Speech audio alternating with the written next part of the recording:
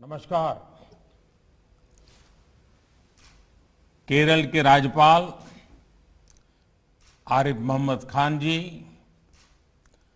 कर्नाटक के राज्यपाल वजुभाई वाला जी, केरला के मुख्यमंत्री श्री पिनाराई विजयन जी, कर्नाटका के मुख्यमंत्री श्री वीएस येदियुरप्पा जी, केंद्रीय मंत्रिमंडल में मेरे सहयोगी श्री धर्मेंद्र प्रधान जी, प्रहलाद जोशी जी, वी मुरलीधरन जी, सांसदगण, विधायकगण और भाई और बहनों, it is an honour to dedicate the 450 kilometre Kochi-Mangaluru natural gas pipeline to the nation.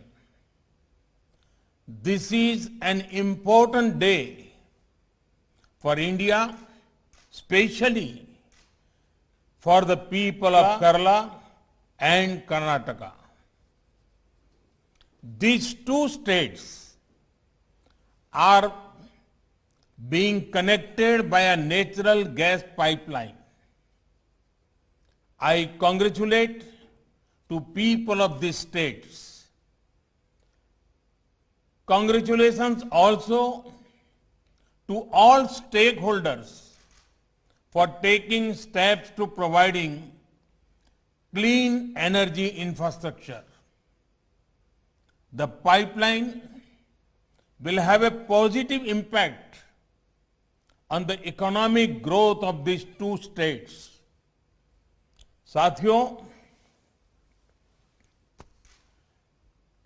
Kochi Mangaluru pipeline इस बात का बहुत बड़ा उदाहरण है कि विकास को प्राथमिकता देते हुए सभी मिलकर काम करें तो कोई भी लक्ष्य असंभव नहीं। ये प्रोजेक्ट से जुड़े लोग जानते हैं कि इंजीनियरिंग के लिहाज से इसे पूरा करना कितना मुश्किल था। प्रोजेक्ट में कई दिक्कतें भी आई, लेकिन हमारे श्रमिकों, हमारे इंजीनियरों, हमारे किसानों और राज्य सरकारों के सहयोग से ये पाइपलाइन पूरी हुई। कहने को ये सिर्फ एक पाइपलाइन है, लेकिन दोनों राज्यों के विकास को गति देने में इसकी बहुत बड़ी भूमिका होने वाली है। क्यों आज देश गैस बेस्ड इकोनॉमी पर इतना बल दे रहा है? क्यों one nation one gas grid पर इतनी तेजी से काम हो रहा है? क्यों आत्मनिर्भर भारत के लिए गैस बेस्ड इकोनॉमी का तेजी से विस्तार बहुत जरूरी है? वो सिर्फ इस एक पाइपलाइन के फायदों से समझ आ जाएगा। पहला, ये पाइपलाइन दोनों राज्यों में लाखों लोगों के लिए ईज ऑफ लिविंग बढ़ाएगी। दूसरा, ये पाइपलाइन दोनों ही राज्यों के गरीब, मध्यम वर्ग और उद्यमियों का खर्च कम करेगी।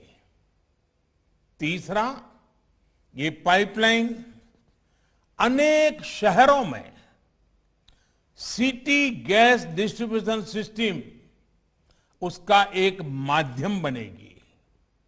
चौथा, ये पाइपलाइन अनेक शहरों में सीएनजी आधारित ट्रांसपोर्ट सिस्टम को डेवलप करने का आधार बनेगी। पांचवा, ये पाइपलाइन मैंगलोर केमिकल और फर्टिलाइजर प्लांट को ऊर्जा देगी, कम खर्च में खाद बनाने में मदद करेगी, किसान को मदद होगी।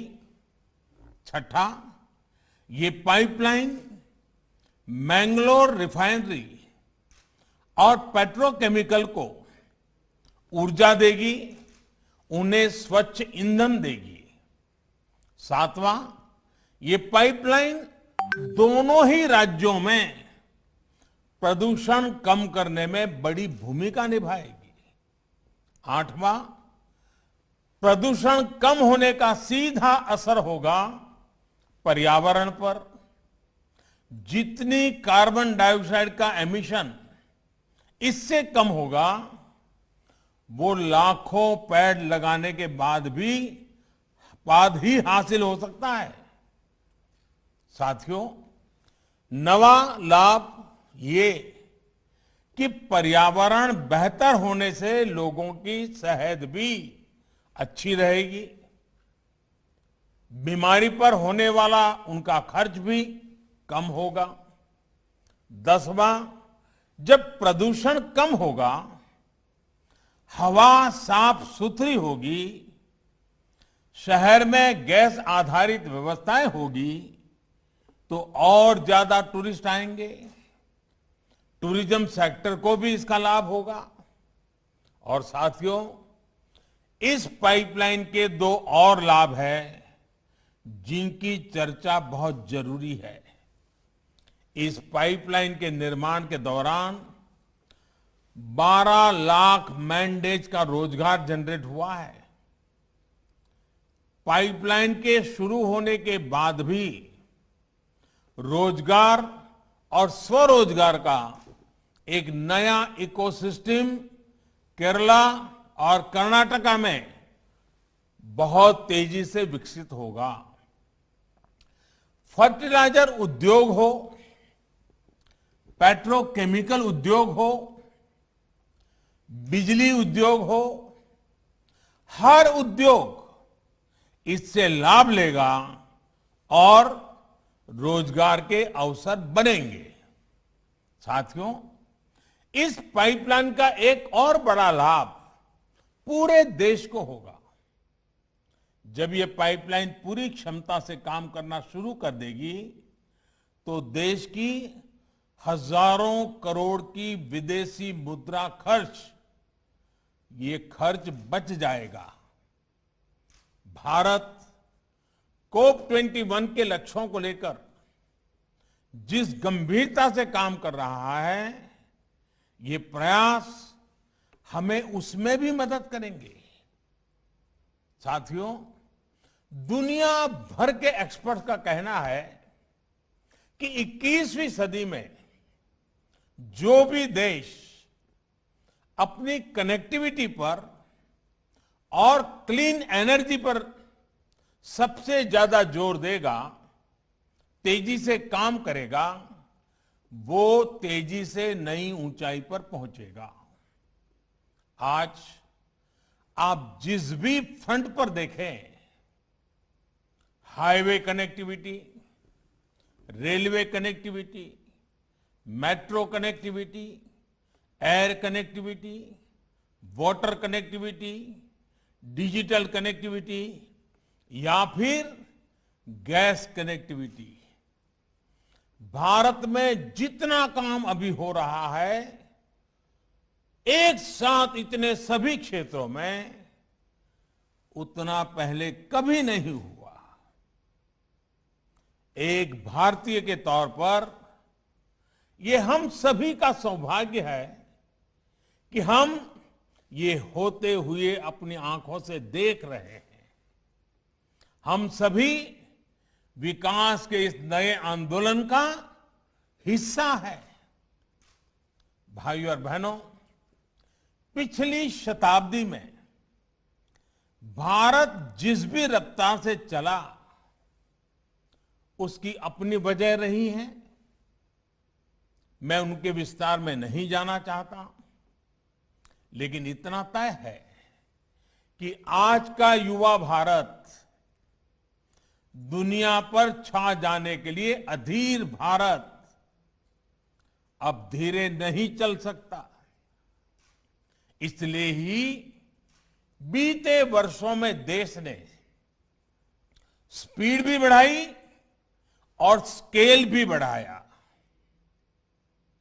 साथ साथ स्कोप भी बढ़ाया।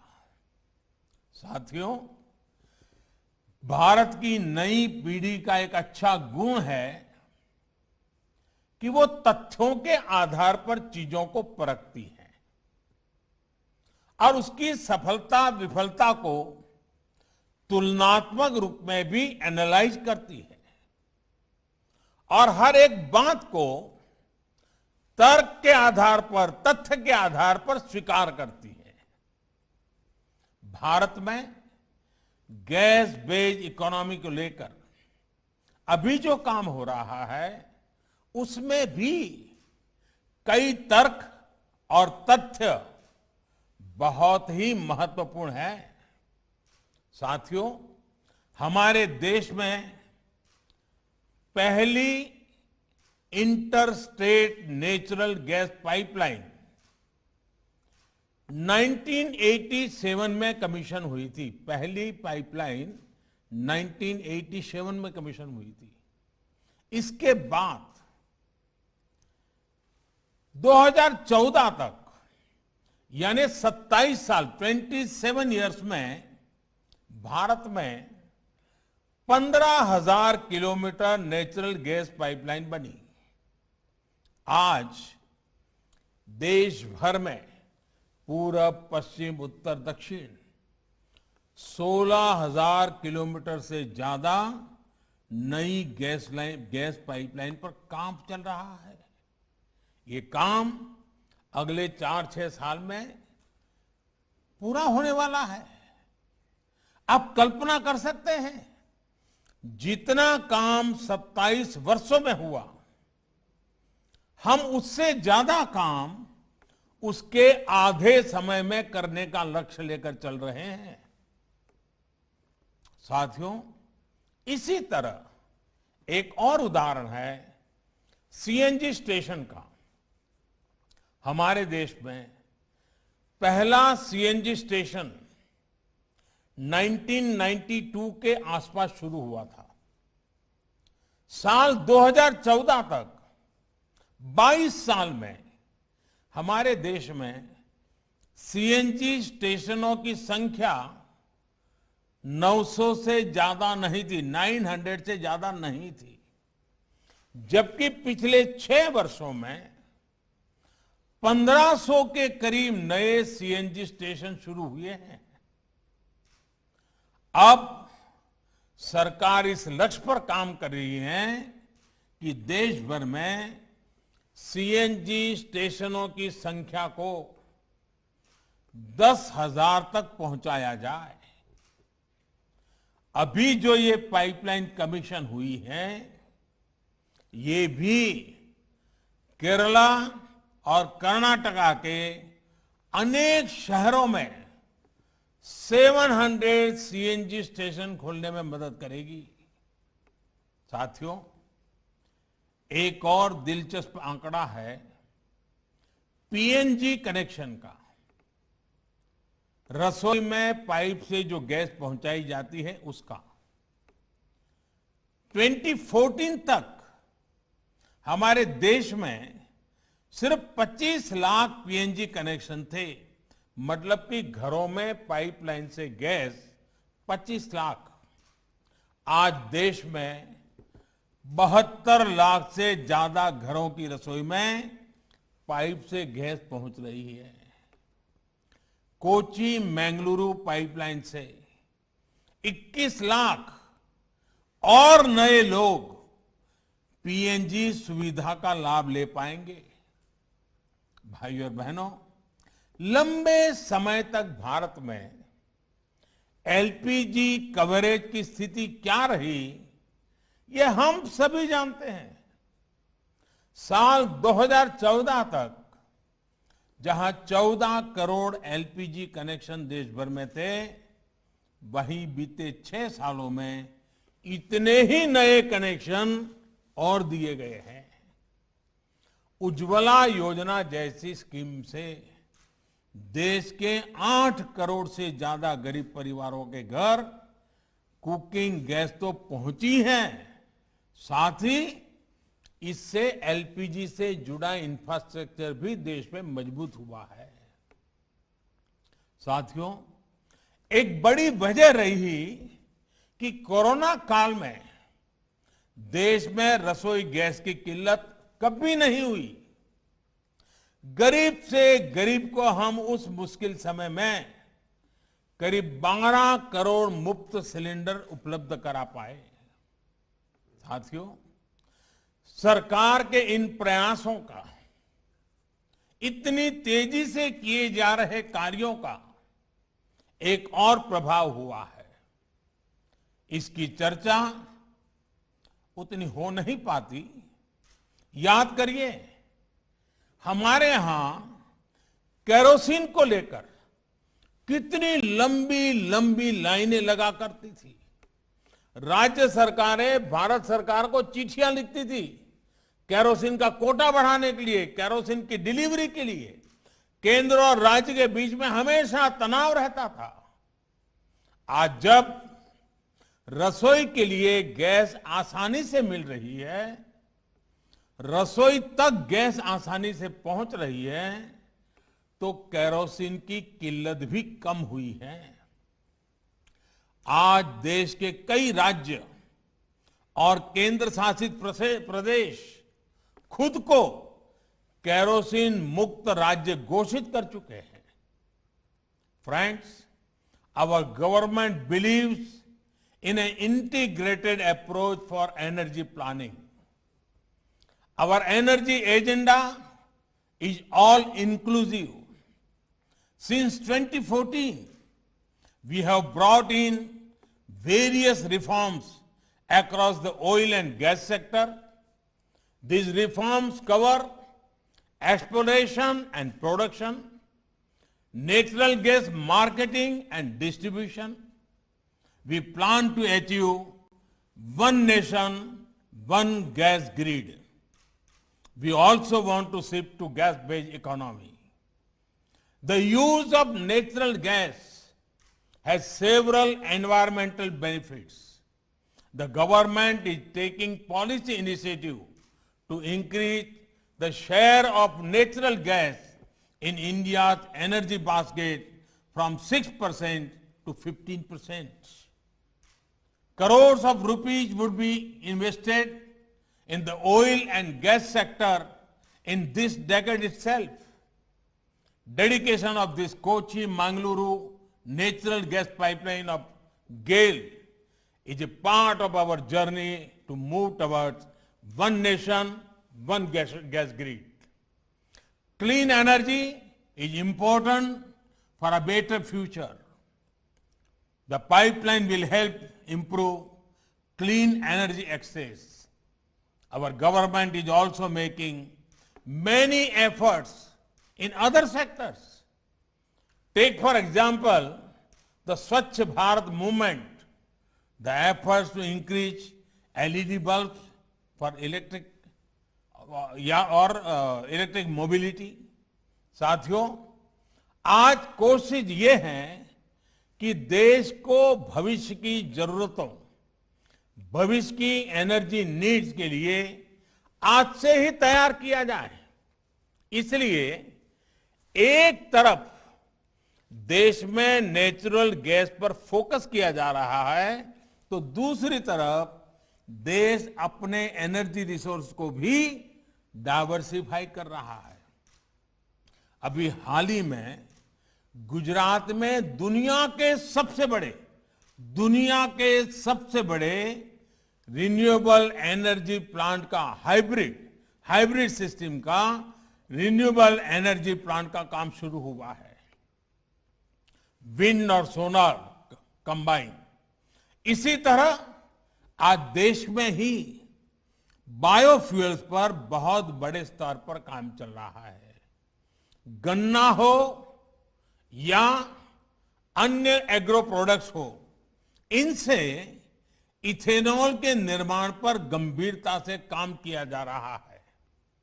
अगले 10 साल में पेट्रोल में होने वाली इथेनॉल ब्लेंडिंग को 20% तक करने का लक्ष्य रखा गया है। यही नहीं, इलेक्ट्रिक मोबिलिटी से जुड़े सेक्टर को, इसमें जुड़े इंफ्रास्ट्रक्चर को भी बहुत अधिक प्रोत्साहन दिया जा रहा है। हम देशवासी को पर्याप्त, सस्ता, प्रदूषण रहित ईंधन मिले, बिजली मिले, इसके लिए हमारी सरकार पूरी प्रतिबद्धता से काम कर रही है। भाइयों और बहनों, देश के संतुलित और तेज विकास की सोच हमारे कोस्टल एरिया के डेवलपमेंट को लेकर भी स्पष्ट रूप से दिखती है। केरला हो, कर्नाटका हो, साउथ इंडिया के हर राज्य में जो समंदर से सटे हैं, वहां ब्लू इकोनॉमी के विकास के लिए एक कॉम्प्रिहेंसिव प्लान पर काम हो रहा है। ब्लू इकोनॉमी आत्मनिर्भर भारत का एक बहुत बड़ा स्रोत बनने वाला है। हमारे पोर्ट्स हो, कोस्टल रोड्स हो, इनको दूसरे माध्यमों से कनेक्ट किया जा रहा है। मल्टी मॉडल कनेक्टिविटी पर हमारा विशेष फोकस है। हमारा coastal region ease of living का भी मॉडल हो रहा है। ईज ऑफ डूइंग बिजनेस भी बेहतरीन हो, इसी लक्ष्य के साथ काम किया जा रहा है। भाइयों और बहनों, समुद्री किनारे पर बसी एक बड़ी आबादी हमारे किसानों की है, हमारे मछुआरे साथियों की है। ये सभी साथी समुद्री संपदा पर निर्भर ही नहीं है, बल्कि इसके बहुत बड़े संरक्षक भी हैं। इसलिए पूरे कोस्टल इकोसिस्टम की सुरक्षा और समृद्धि बहुत जरूरी है। बीते सालों में इसके लिए अनेक सार्थक कदम उठाए गए हैं। मछुआरों को डीप सी फिशिंग के लिए जरूरी मदद हो, फिशरीज का अलग डिपार्टमेंट बनाना हो, मत्स्य व्यापार से जुड़े साथियों को भी सस्ते ऋण के लिए किसान क्रेडिट कार्ड देना हो, इससे सामान्य मछुआरे साथी को भी लाभ हो रहा है। कुछ महीने पहले देश में 20,000 करोड़ रुपए की मत्स्य संपदा योजना शुरू की गई है। इसका सीधा लाभ केरला और कर्नाटका के लाखों मछुआरे साथियों को होने वाला है। आज मछली से जुड़े एक्सपोर्ट में तो हम तेजी से आगे बढ़ ही रहे हैं। एक क्वालिटी प्रोसेस सी फूड का हब भारत हो, इसके लिए भी हर जरूरी कदम उठाए जा रहे हैं। दुनिया में सीवीड की डिमांड बढ़ रही है, जिसको पूरा करने में भारत अहम भूमिका निभा सकता है। सीवीड फार्मिंग के लिए किसानों को जितना प्रोत्साहन मिलेगा, उतनी ही तेजी से इस क्षेत्र में भी हम आगे बढ़ेंगे। हम एकजुट होकर संकल्पित भाव से काम करेंगे, तभी हम हर राष्ट्रीय लक्ष्य को तेजी से हासिल कर पाएंगे। एक बार फिर कोची मंगलुरु गैस पाइपलाइन के लिए केरला और कर्नाटक के सभी नागरिक भाइयों बहनों को, इस काम से जुड़े हुए सभी महानुभावों को अनेक अनेक बधाइयां देता हूं, बहुत बहुत बधाई देता हूं। धन्यवाद।